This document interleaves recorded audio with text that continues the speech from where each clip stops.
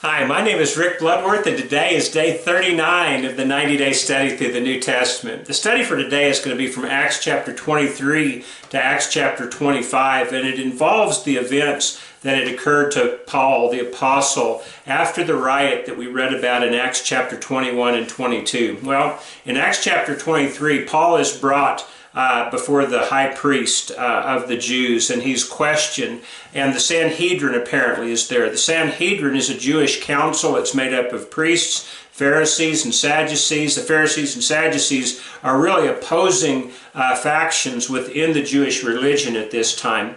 The best way to maybe look at the Pharisees and the Sadducees would be to understand American politics right now. It'd be kind of like the difference between the Republicans and the Democrats. Even though we're all Americans, they seem to be on different sides. And even though back then they were all Jews, the Pharisees and the Sadducees had different sides, and they had different political interests even within their religious organization. And so Paul is there before them.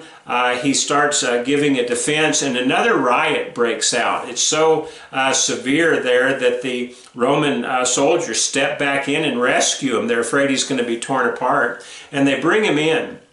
And it's while he's with them under their guard that Paul finds out about a plot that has been made by 40 Jews who have taken an oath to not eat until they kill Paul. And so they have this plot, and they figured out how they can get Paul to a certain place, and as he's going to that certain place, they're going to kill him, but the plot is found out. And so the Romans send Paul under heavy guard to Caesarea. And so for the next 2 years, we're going to find Paul at Caesarea.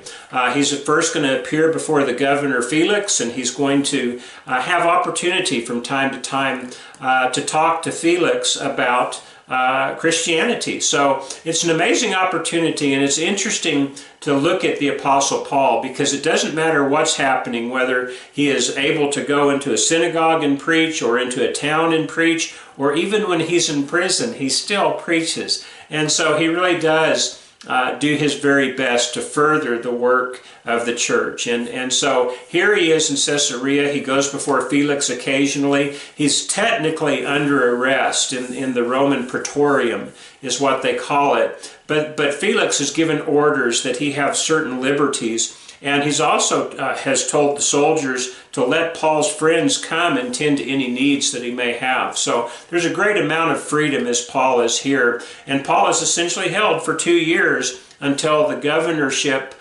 changes from Felix to Festus. And then when Festus comes in, he takes that opportunity to hear Paul's case again. And as it so happened, King Agrippa and Queen Bernice are in Caesarea, and so he calls to them so that he can get some advice from King Agrippa as they try Paul, or at least as they hear his case. And so that's where we're at within this. It's not a very long lesson today, but there's a lot in it. But I do think that the main lesson for us to learn is this: no matter what our circumstance, whether it's favorable to us or maybe unfavorable to us, even when Paul was in prison and being threatened, he still preached.